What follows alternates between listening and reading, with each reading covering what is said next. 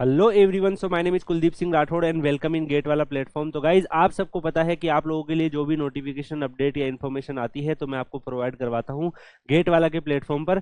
कोयल India का short notification आया था गेट 2024 से, और उसके बाद कई बच्चों के दिमाग में ये था कि सर कोयल इंडिया 2023 से लेगा या नहीं। तो 2023 का भी डिटेल नोटिफिकेशन आ चुका है। तो जिन बच्चों ने गेट 2023 को फाइट किया है वो यहाँ पर फॉर्म भर सकते हैं। यहाँ पर अगर आप कोयल इंडिया के नोटिफिकेशंस के बारे में बात करो गाइज, तो कोल इंडिया जो है वो महारत्ना कंपनी है। एंड कोल इंडिया का जो पहले पेपर आता था, अगर आपने देखा होगा 2020 से पहले ये सेपरेट एग्जाम भी कंडक्ट करवा लेते थे, लेकिन उसके बाद लगातार ये गेट से ही लेते जा रहे हैं।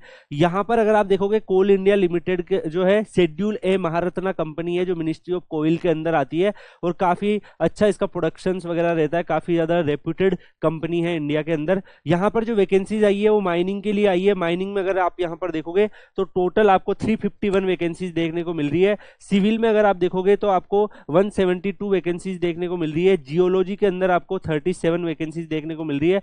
टोटल 560 वैकेंसीज देखने को मिल रही है। अगर आप लास्ट ईयर देखोगे तो माइनिंग में ऑलमोस्ट 600 के आसपास वैकेंसीज आई थी, और ये नंबर भी काफी बड़ा था, 1035 के आसपास टोटल वैकेंसीज आई थी।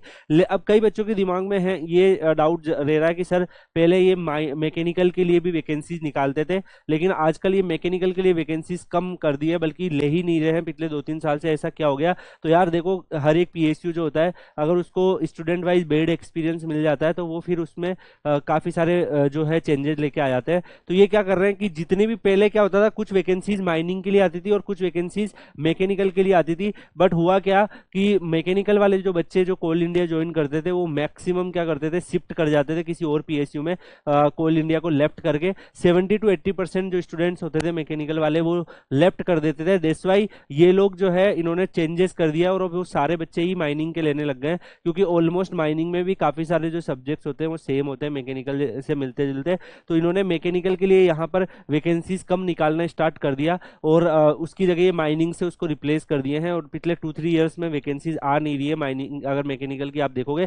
लेकिन यार कुछ ऐसे एरिया है जहाँ पे मैकेनिकल की नीड पड़ेगी पड़ेगी। ओके, तो होपफुली हो सकता है अगले साल के नोटिफिकेशन आए। 2024 वाला अभी आया है तो उसमें मेंशन नहीं है कौन कौन सी ब्रांच के लिए है, तो उसमें कुछ वैकेंसीज मैकेनिकल के लिए भी आए, इलेक्ट्रिकल इलेक्ट्रॉनिक्स के लिए भी आए, कंप्यूटर साइंस के लिए भी आए। जैसे लास्ट ईयर वाला जो नोटिफिकेशन था गेट 2022 वाला, तो उसमें अगर आप देखोगे कंप्यूटर साइंस के लिए भी वैकेंसीज थी। लेकिन इस साल जो इन्होंने वैकेंसीज दी वो ओनली 3 ब्रांचेस के लिए दी। लेकिन मैं एक चीज आपको बता दूं कि जो बच्चे माइनिंग से गेट दे रहे होंगे उनके लिए गोल्डन चांस बनता जा रहा है, क्योंकि पिछले साल गेट 2022 में भी ऑलमोस्ट 750-800 बच्चे ही माइनिंग में गेट क्वालिफाई किए थे, मतलब जो गेट के क्वालिफिकेशन को क्लियर किए थे, टॉपर नहीं, क्वालिफिकेशन ओनली। और जो वैकेंसीज थी वो ही इतनी ज्यादा थी कि हर बच्चा जो है वो कोल इंडिया में सिलेक्ट हो गया था। इस साल भी ऐसा है, काफी बड़ा नंबर है। बड़ा नंबर इसलिए है क्योंकि जो नंबर ऑफ स्टूडेंट माइनिंग से पेपर लिखते हैं गेट में वो कम है, और यहाँ पर बच्चे यहाँ पर अगर आप देखोगे वैकेंसीज काफी ज्यादा है। तो यहाँ पर आगे अगर हम बढ़े गाइस, जो इनका फॉर्म की अगर आप यहाँ पे बात करें तो फॉर्म जो है यहाँ पर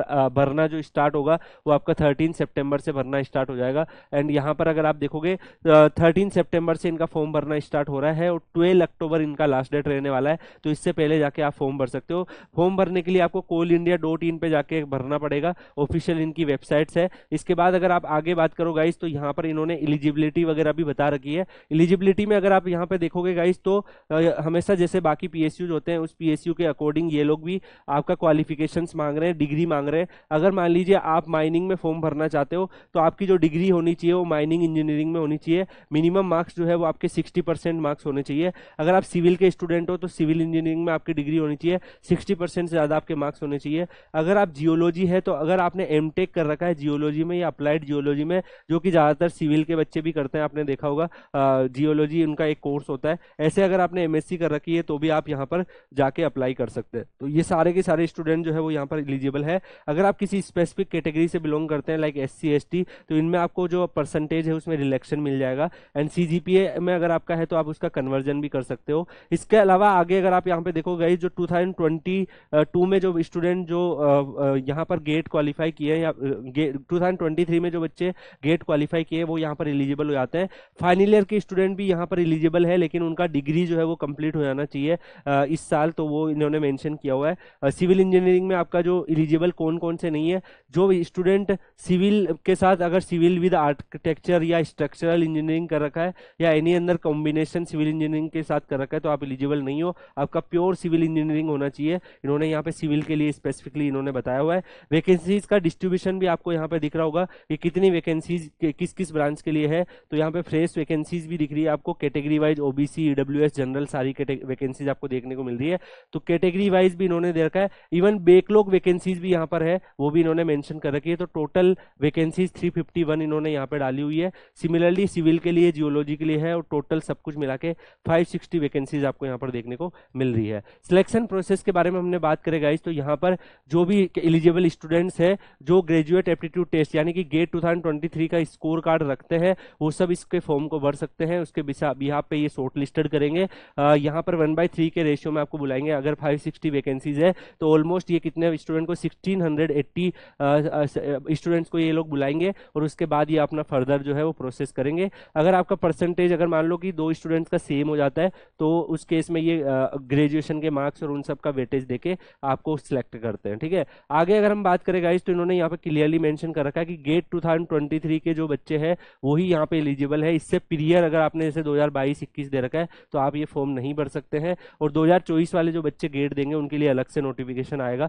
उसका शॉर्ट नोटिफिकेशन आ ही चुका है। एप्लीकेशन फीस के बारे में अगर आप यहाँ पर बात करेंगे गाइस तो 1000 रुपीज इन्होंने एप्लीकेशन फीस रखी है। अगर आप SC ST और PWD कैटेगरी से बिलोंग करते हो तो आपकी कोई भी फीस नहीं है, आप यहाँ पर डायरेक्टली सिलेक्ट हो जाते हो। अपर एज लिमिट इन्होंने 30 ईयर रखी है, लेकिन आप अगर किसी स्पेसिफिक कैटेगरी से बिलोंग करते हो तो उस केस में यहाँ पे अपर एज लिमिट में रिलैक्शन भी है, जो कि आप यहाँ पे PDF में देख सकते हो। ये PDF जो है गाइज मैं आपको Kuldeep sir _ PW Telegram channel पर डाल दूंगा, जहां पर आपको कंप्लीट इसका डिटेल मिल जाएगा और भी आपको काफी सारी चीजें यहाँ पर हेल्प करेगी। तो आप Kuldeep sir _ PW Telegram channel join कर लीजिएगा, जिससे आपको जितने भी नोटिफिकेशन अपडेट या इन्फॉर्मेशन है वो टाइमली बेसिस पे मिल जाए, और भी आपको मुझसे भी गाइडेंस वहाँ ले सकते हो। ऐसे स्टूडेंट्स भी हैं वहाँ पे जिनसे आप गाइडेंस ले सकते हो जो ऑलरेडी गेट को क्लियर कर चुके हैं। यहाँ पर अगर हम आगे बढ़े गाइस तो नोट इन्होंने दे रखा है रिजर्वेशन एंड रिलेक्शन के लिए भी इन्होंने बता रखा है कि किस तरीके से रिजर्वेशन होगा। तो अगर आप स्पेसिफिकली इन कैटेगरी से बिलोंग करते हो तो आप इसको PDF से रीड कर सकते हो, क्योंकि गाइस 1 to 1 लाइन अगर मैं पढ़ूंगा तो ये नोटिफिकेशन जो है ऑलमोस्ट 4 से 5 घंटे लगेंगे इसको कवर करने में।